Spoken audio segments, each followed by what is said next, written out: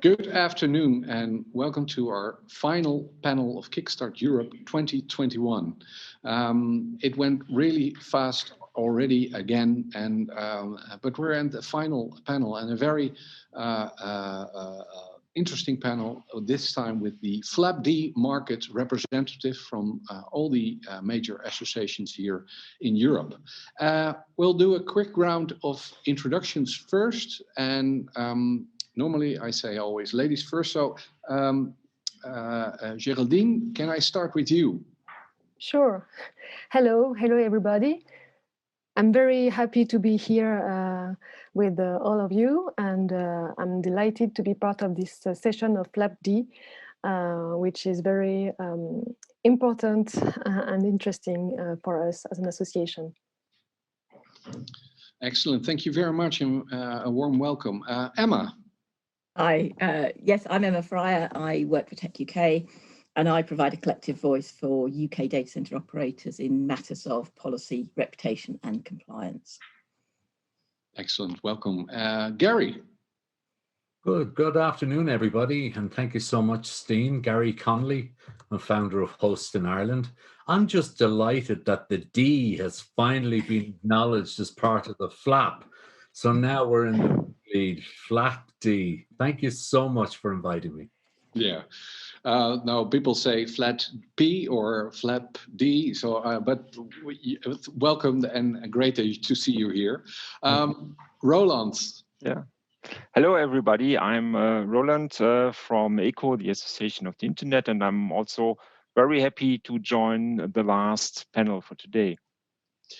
Excellent. Roland, to start with you, if you look back at 2020 and looking forward at 2021, what are the main issues that you're seeing, challenges, updates, things that that you see as very important? I see a lot of things going on. So from my perspective, I see three developments regarding the industry as well as the end consumer. So firstly, I can see a forced technology acceptance triggered by COVID-19. So sectors that previously had little contact with digitization now have to deal with it intensively in a short time. So this not only affects large enterprises, but also affects end consumers. And secondly, due to this development, I see traffic growth in the FLAP-D internet exchanges. That means in Frankfurt, Amsterdam, London, Paris, and in Dublin. So in those exchange points, we can see an average growth rate at the moment of 30 to 60% during the last year. So normally, you will see a traffic curve with its peak in the early evening. So that's around 8 to 9 p.m. So let's call it the consumer traffic. But now, after 1 year of COVID, you will see a flattened plateau in the statistic for the London, Paris, and Dublin exchanges that goes around from 1 to 11 p.m. And Frankfurt and Amsterdam, they have higher traffic rates. So you see a bulge in the ascending curve around the lunchtime. So let's call it the home office internet traffic. So we have at the moment we have around 10 terabit of traffic at DKIX. In Frankfurt, we have almost 10 terabit in Amsterdam, almost 6 in London, 1.4 in Paris, and 0.6 in Dublin, with a growth rate between 30 and 60%. So, and the last point I can see is a development that began before COVID, but was accelerated by the pandemic. So we see over 500 megawatts of construction underway in the secondary market. So just for example, in the upcoming year, we will have around 40 megawatts in Prague, 50 megawatts in Marseille, 60 megawatts in Vienna, 70 megawatts in Madrid, 95 megawatts in Milan, and so on. And in Oslo, 125, Warsaw, almost 130, and Berlin, 200 megawatts. So the drivers for this development are mainly the big hyperscalers. Okay. So they are expanding their capacity in those secondary markets, and this is just in briefly what I see. Okay, thank you very much. Yeah. Gary, from your perspective. I guess the only thing that's predictable since last March is the unpredictability of everything. And I'd like to genuinely start by commending all of the people that are in the industry that have been building and designing and cobbling this internet together, because overnight it was tested last March. And as Roland has rightly said, bar some small glitches, it stood up to the tests of, in Ireland, for instance, some of the teams on Microsoft being hosted from here went up over 700%. And effectively, if it wasn't for that backbone, this wouldn't be possible. People in schools and all the rest. So I really must say, I must commend all the people. I talk about these people. I don't actually do what they do. So I must commend every single one of them. And one of the things that I thought was wonderful last year, Steen, was when the industry people were recognized as essential workers. You knew that there was a shift. You knew that there was an opportunity for a shift, because up to that point, it was, oh, those data centers, they're just big sheds and nobody seems to go in and out of them. But then people realized, oh, it's essential that we have our Netflix and we have our Revolut and we have our schools open, etc. So that was a wonderful thing, I thought, for the people of the industry to get recognition. And it was just a shame that it took a global pandemic to get there. But it should be recognized. And now, at least, when we have second waves and curfews and close down, there's no question about the digital infrastructure people. And also, it was great to see there, we entered a new level, higher level recently, and data center developments, foreign direct investment as well, were recognized that the growing data centers for the next wave of digitization should continue. So I think ultimately they were some of the great things that I observed last year. And without question, the insatiable appetite to continue building centers to host this data in the FLAP-D and secondary markets. So they were just a few observations from last year from me. Okay. Emma, your observations. Yes, thanks, Dan. Yes, so very similar to Gary's, really. The sector was tested with an existential threat, and it proved to be very resilient. And again, yes, we were at the forefront of negotiating key worker status, quarantine exemptions, protection for construction sites in the UK. And I have to say, government responded incredibly fast. So that also signalled what I'd call a seismic change in actually the awareness of policymakers that there was a large part of our digital infrastructure that they hadn't really factored in their decision making. So massively important there. And I must admit, I totally agree with Gary that, you know, we were increasing, responding to increases in demand for digital services that were, you know, 700 to 2,000%. And we did it. And that's very unlike the response to an increase of 30% in the demand for toilet paper in the UK, where there was a much slower response. So I think we did pretty well by comparison. Looking ahead, I think it's a trickier landscape in terms of we've now got this much closer relationship with government, and with the protection that they've conferred on the industry comes greater scrutiny. And that isn't just environmental and sustainability, it's about resilience, continuity of service, and all sorts of things, going down to even ownership and sort of operational transparency, those kind of things. So I think we've got quite an interesting year ahead of us, with where we're going to have some quite difficult discussions with government in terms of you know, how much control and how much scrutiny they apply to the sector. Yeah, a very interesting road ahead. Geraldine, your view? Yes, just to explain, well, to introduce myself better, I'm representing France Data Center, the French association.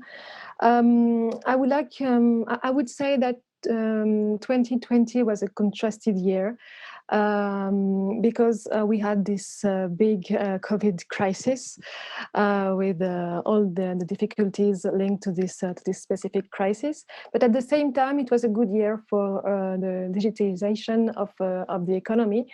So an interesting and different year, I would say. And I would like to insist on 5 technical trends and topics that we see for 2021. First, the deployment of the 5G and the edge computing. Second, the growth of the cloud activities. Third, the development of the predictive maintenance. Fourth, the new cooling systems that have an impact on energy efficiency. And I would say the last one would be all the topics related to sustainability and environment issues, which are now very, well, in France, a very important topic of discussion with the government and the national authorities. Okay, thank you. Yeah, and talking about that discussion in the public, the public acceptance of the industry is still in the negative. People really want digital services. They rely on it to work from home, learn from home, but data centers are still seen as a sort of like a negative annotation. How, Gary, should we focus on really the public perception and the exception as an industry? What are the things that you are doing, and what are the things that we should all do? My feeling on that, I've had these for many years, and I guess there's a couple of things. Data center owners, operators, and usually the owners of the software, if they could, they prefer you not to know where they are. That's the first thing. So that's a challenge when you're trying to actually explain to people what is inside the centers. And when you're not seeing enough public discussion around the actual data that resides in the centers and the value it has. And as I say, hyperscales, et cetera, in the main, they prefer, possibly due to initial concerns around sort of terrorist strikes, etc., that they're not as upfront as we'd like them, right? They're not as visible as you'd like them. The second thing really is the words that the industry itself uses. I believe that the industry in the main has come a lot from center people, again, people who designed very highly efficient, available data centers. So they speak a language that is more engineering, like PUE, like rack densities, like, you know, most of the public, that's like talking to them about the inners of a spark plug in their car. They actually don't care. They just want to make sure their car starts every morning, or a lithium-ion battery that gets charged. So words do matter. So even the companies that are working within the food chain, even the companies that are the sub-supply, we should work on words that, rather than PUE, talk about Netflix when you're thinking of your data center. Rather than talking about the utilization of your UPS, talk about, oh yeah, we're in the business for keeping your Airbnb reservations running. Because that connection between the centers, the data, and the apps is missing, without a question. But to Emma's point, and I've finalized with this, it really is nothing new. I mean, if we look at history, I was reading yesterday about Faraday, that invented the electron, I think, or electricity. And he was asked by the Prime Minister of Britain at the time, so what are we going to do with this? And the Faraday says, I'm not too sure, but I'm sure that you'll tax it. So now that it is increased in visibility, and as Emma said, again, there should be different layers of communication. When we're with engineers talking about cement, talk about lime, water, and sand. When we're talking to the owner that's going to buy the house that sits on top of the cement, talk about the north facing, the life, talk in a language that actually people can connect with, because now is the time. People do realize that without Netflix, without Revolut, you can pick any product, but a lot of them will say, oh, I didn't know that was in a data center. Mm.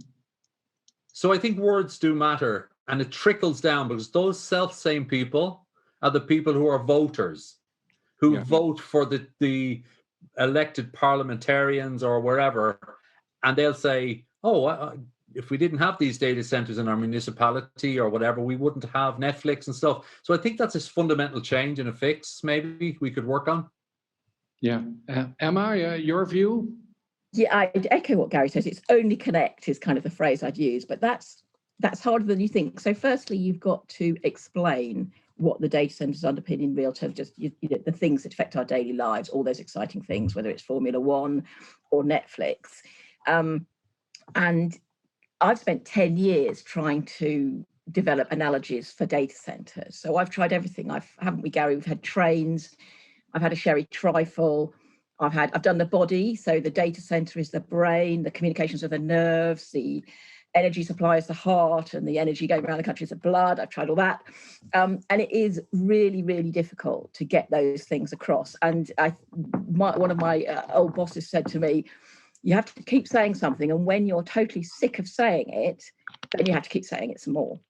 And I think it's just persistence, because I do think, because data centers are not consumer facing, the commercial sector is not consumer facing, there's not an obvious link.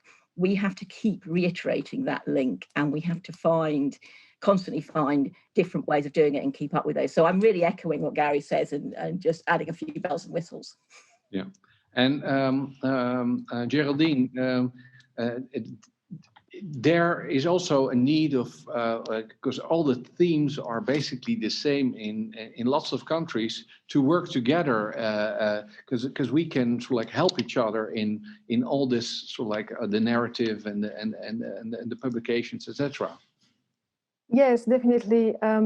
Steen, yes, you told me once that we all share the same issues and the same challenges across Europe. And I have to say, well, I'm here for 6 months now, and I can say that this is true. We share 80 or maybe 90% of the same challenges across Europe. So it is very interesting to talk with you about this. It's a very important issue nowadays. There's definitely a lack of understanding of the general public about what is a data center, and we have to work on this, as Emma and Gary have said. We have to work and to tackle the different fears regarding environment, regarding health, regarding economy and employment. We have to explain how data centers can generate economic activity and employment. We have to explain to the different authorities that it can attract and maintain companies in different territories, that once you have a data center, you have thousands of companies hosted, and also the public administration, so they stay local. We also have to demonstrate how many direct and indirect jobs are created. And I truly believe in partnerships. I think that they can help and also integrate the data center in the society. For example, here in France, we have many data centers located in the suburbs of Paris. And we have a partnership with an association whose goal is to provide training on technical jobs in data center to young NEET, N-E-E-T, meaning not in education, employment, or training, because there are opportunities for employment for these young people that they don't know about. They live in the same territories as data centers. And I think it's interesting to create this synergy in the territory, and it can help in the social acceptance of the data center in the territories. and it can help create discussions with local authorities and also the education and so on. So we have to communicate more with local authorities, with national authorities too. We have to stress the role of the data center as critical infrastructures for the development of the economy. Here in France also, I would say that the French tech and the French startups are well known and well visible. And we have to demonstrate that they rely on physical infrastructures, which are data centers. So we're trying to explain that. And I think regarding the general public, there are some possibilities also to discuss and to be more visible in the media, which are in favor of the industry in general. I think it is doable, but we have to explain the specificities of our industry, the confidentiality and this kind of topic. But I think this is something that can be done. Okay, thank you. And Roland, and if you look at Germany, of course, Germany is now moving over there. The automobile industry is moving away from internal combustion engines to electricity with a great speed and change. Do you also see in Germany now that there is a focus on data centers, or does a lot still needs to be explained on that part? Yes, exactly, Stein. So in your first question, you mentioned or you spoke about a negative acceptance or awareness for the data center industry. And I would say it's not negative. It's more that the public know only a few things, or let's better say nothing about data centers. So I think that's a problem, or not a problem. That's a big chance for us to explain and to tell about all these exciting jobs in data centers. Yeah. So if you see, just call it internet guys in movies or TV, you often see the typical black hat and white hat hackers, yeah, but you don't see all the experts in the data center. So they are not only the coding guys. Yeah? So the coding guys, the programmers are one layer up, and the really interesting thing is that you have really well-trained and educated experts in data center who take care about cooling technology, who take care about electricity, who take care about all the things about this big,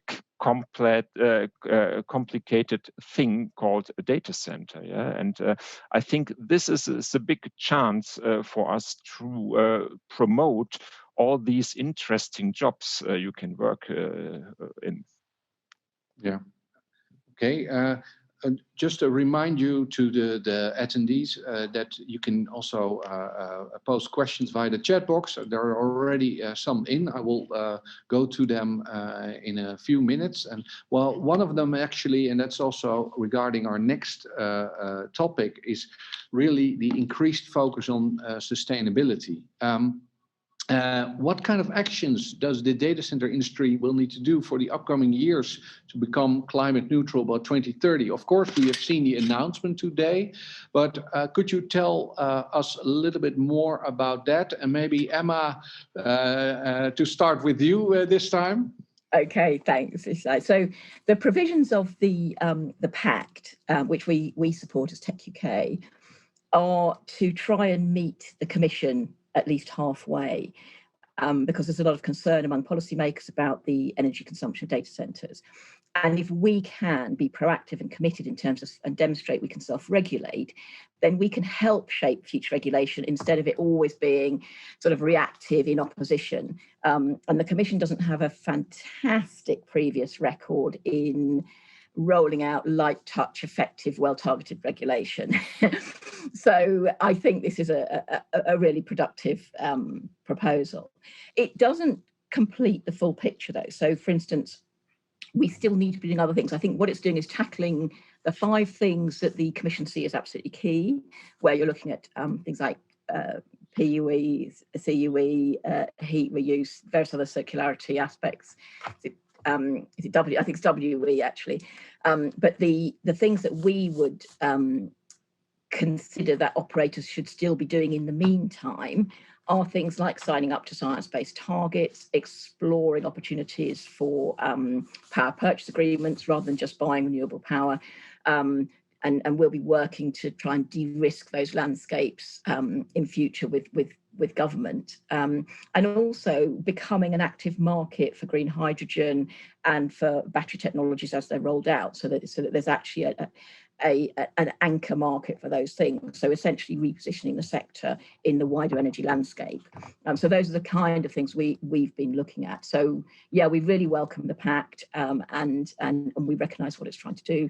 And we'll give it our full support, but also there are other things within that broader landscape that operators are getting on with. Okay, and Geraldine, you're also, I think we're all supporting the pact. So, but Geraldine, also in France, there's always a real focus on sustainability. What's your thoughts on how the industry and what is happening there in Paris and France? Yes, well, in France, well, also in other countries, of course, but I would say that this last month there has been a large focus on the sustainability. I would say in the last 6 months, many reports, many new regulations on sustainability. We like to say that digital transition is linked to ecological transition and vice versa. We like to say also that ecological transition is supported also by the digital transition.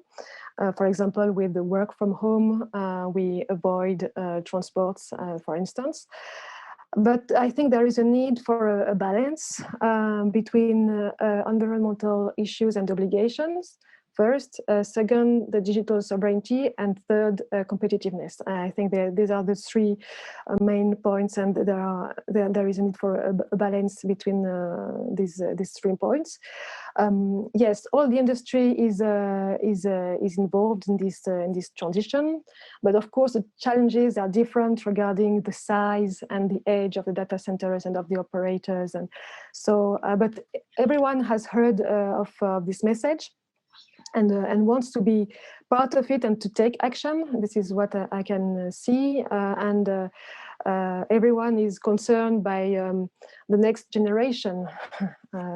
So it's something that is shared, and I think one condition to succeed in that. Well, we have 2 conditions to succeed in that. We have to have initiatives that are coordinated at the European level. I think this is something very important.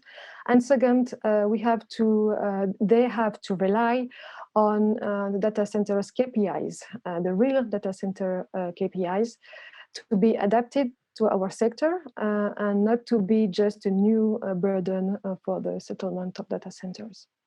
Okay, excellent. We get a lot of questions in, so I will now, Gary, ask you a question that we got and that you probably can comment on really well.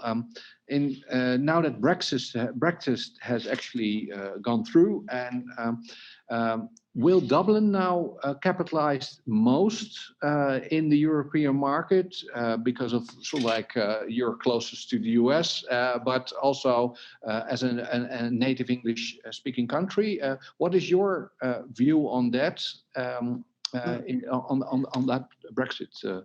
My view is that everywhere that puts itself up with the fundamentals of a location for hosting data, green electrons in and a way of the photons to get out, is going to do very well. Why do I say that?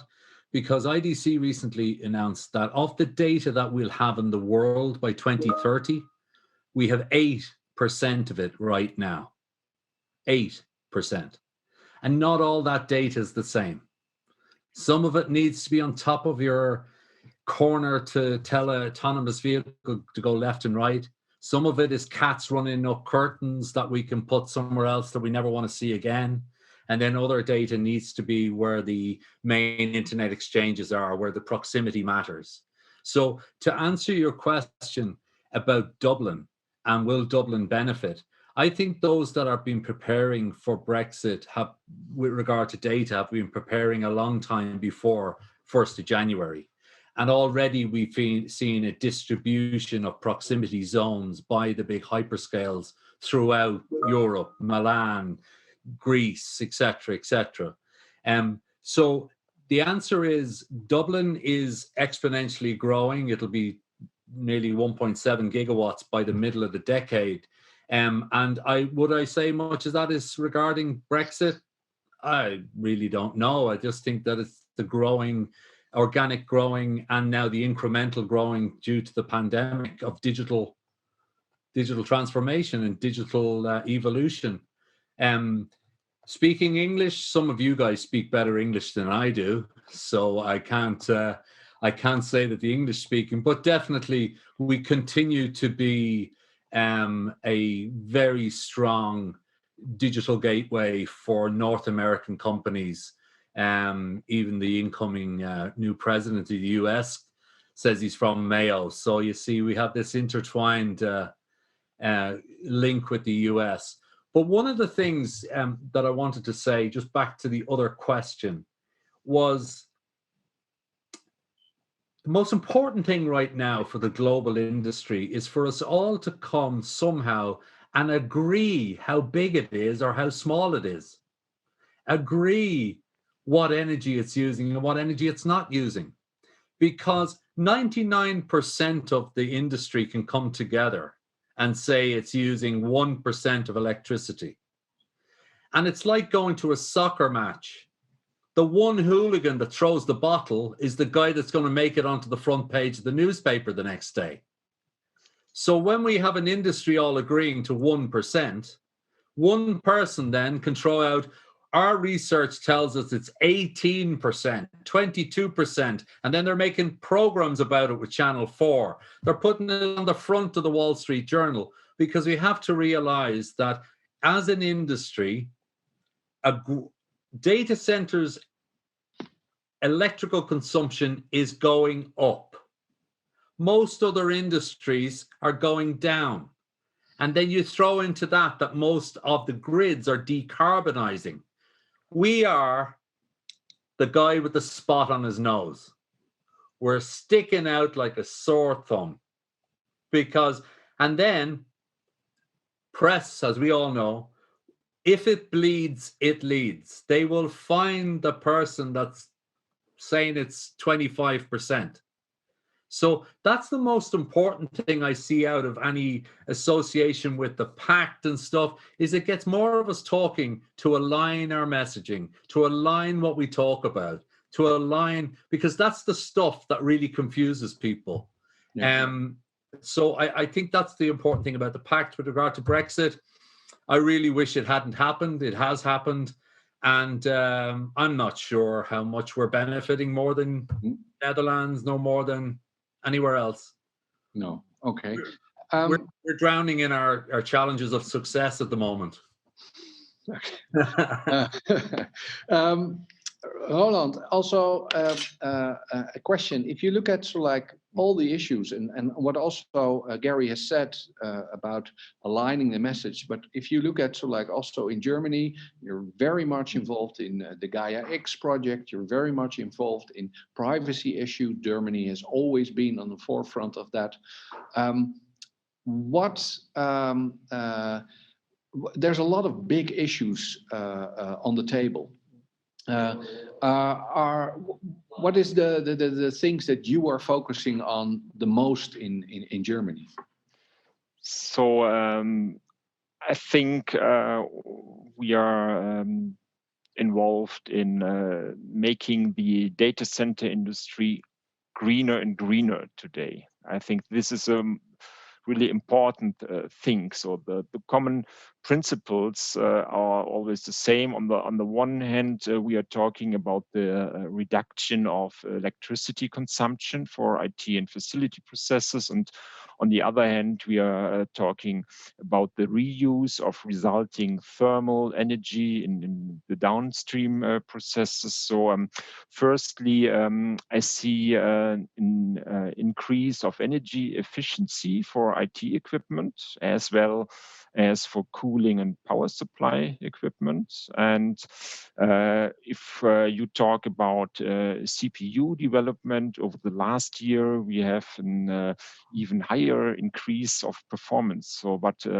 this development is not always seen directly. That's the problem, as the need for computing power has changed more proportionally. So that's a problem we have to deal with. So everything goes digital. That's not a bad thing at all for our daily life, but we have to deal with it to make it as green as possible. And secondly, we are talking about the utilization of waste heat. This is a big topic in Germany for the data center industry. So that means, for example, the connection to district and local heating solution, the utilization of waste heat for data centers in neighborhood facilities like greenhouses, swimming pools, and so on.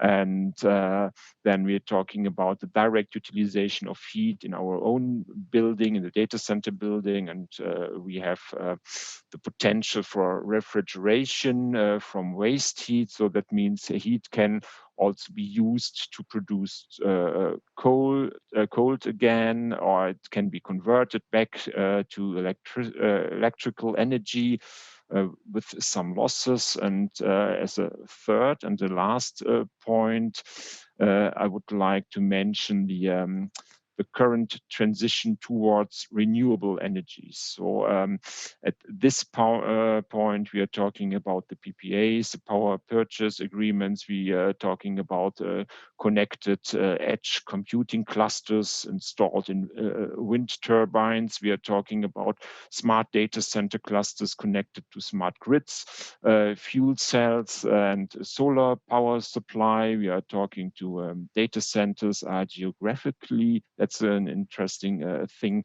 moving closer to the power plant location to make the distance shorter. Then we see first pilot projects use fuel cell for primary power supply and the public power grid for a backup scenario. And last but not least, in my opinion, hydrogen will play a strategic role as an intermediate storage for energy. That's what I see at the moment. Well, I think that's enough for 2021 and beyond, if I may say. Emma, also, if you hear what Roland is busy with and the rest, of course, it's a lot of topics. There is really a need to work together, because otherwise we cannot cope with all this tsunami of issues. Yes, and it has proved very productive. I mean, a couple of years ago, we did a 10 myths about data centers. I think, Gary, that was your idea, wasn't it? And that is the kind of thing we should be doing, just debunking some of this stuff. I think as well, I completely support what Gary says, in that we need to be, as a sector, consistent in what we say, because, you know, we've seen a lot of rubbish talked about the industry in terms of its, particularly in terms of its energy use.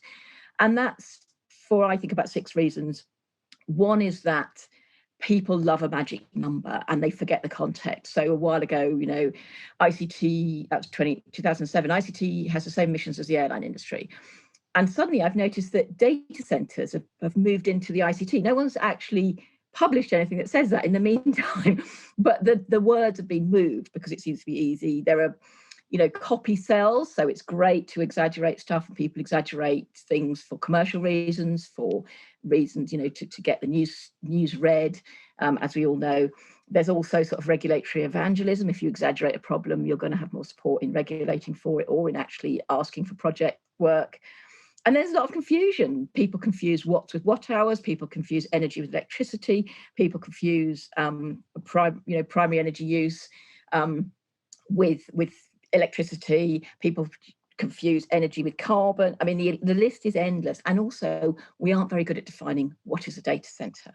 So, so if we stick to some, tried and tested, some dispassionate, external, objective analyses, I think we're going to be better off. And I think Gary and I, we tend to refer to, there's about 4 organisations who have peer-reviewed and transparent data.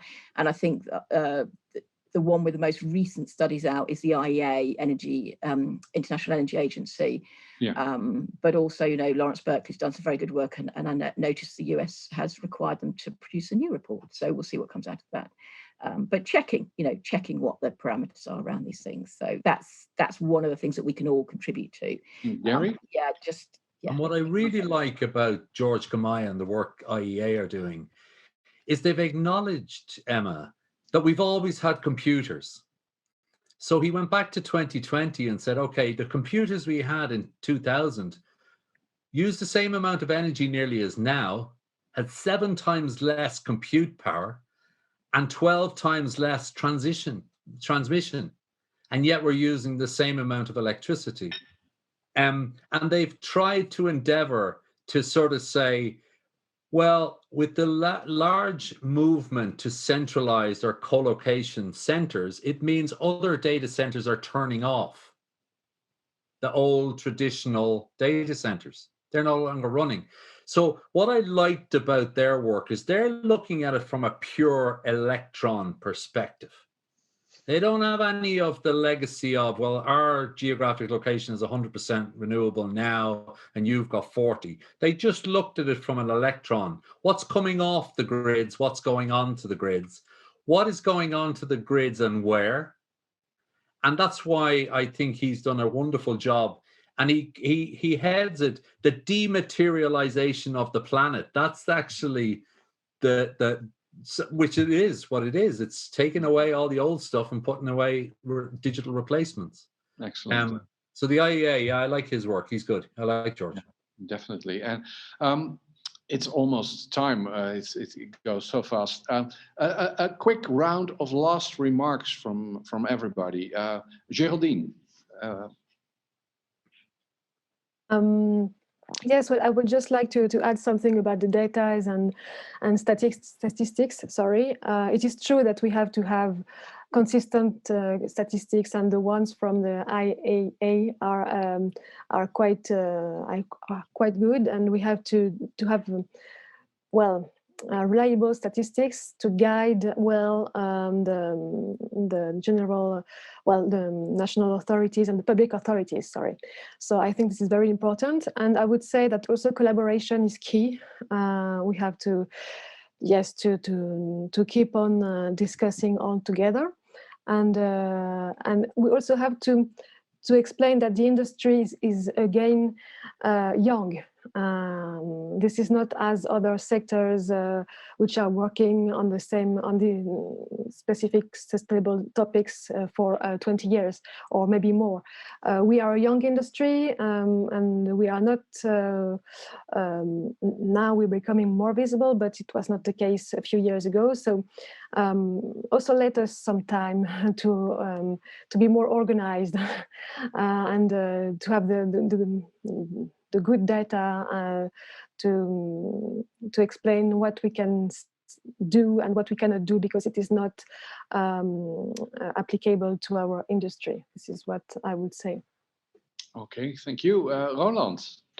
Yeah, so my forecast for the future of our industry is the current pandemic is a kind of proof of concept for our future digital life. So in that game, data center industry plays a central role as a game changer for the future.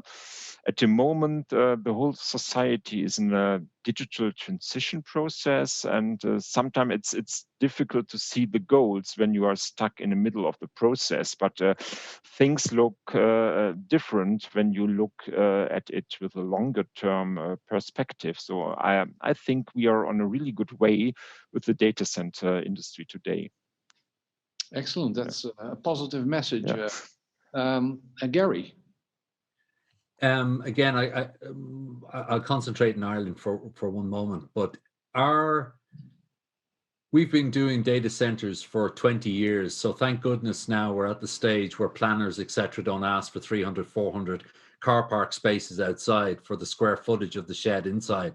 You know, so what we have found is that the center industry, the data center industry here, has grown for 20 years with the planners. And that now you don't have to explain what it is, what it does, etc. And now over this decade, Ireland has committed to decarbonising its grid from its current 40% to 70% annual. So now what we're starting to see is that, as distinct to the energy company and suppliers here and the data center companies here, for a progressive grid to work, they actually have to work together, because all of that, the battery storage, etc., that the centers have is fantastic for acting as a fallback in the event that some of the renewable energy sources aren't able to cope. So you're starting now to see more discussion around the use of the unused behind the meter utilities to back up and assist and help the grid. So that'll start to show more collaboration. And I think that will be the ultimate challenge for us here, is to show that continued growth, to be able to decarbonize the grid. Yeah, true. Emma, your last words. Okay, so mine are two things. Firstly, only connect, keep connecting, keep explaining. We have to keep making those connections, showing what we're doing, and keep explaining, even though we're tired of doing it and we think we've done it, keep doing it. The other one, and this is linked, is yes, I agree, there are compelling reasons to collaborate on things. And the collaboration isn't just industry deep, and that's why I think the pact is so important, where we need to be collaborating outside the industry with regulators. And what we need to be doing is finding the things we agree on. We actually agree on nearly all the outcomes. What we disagree on is how to get there. So if we can expand the areas of agreement and recognise them, then we can have a grown-up discussion about how we're going to get there. So that is my final thought. Thank you. Very good thought. Well, that's it. Time goes really fast. The last panel of Digital Kickstart 2021. I think it is a very interesting day. We had lots of MTs up till the end. Many hundreds of people watched this panel, so thank you very much. I will now end this panel and I will switch over to the main stage, but thank you very much for this panel, and I hope to speak, and I will sure that I speak with you many times this year. So thank you very much. Thank you, Simon. It's been a pleasure. Thank you so much. Bye. Many thanks.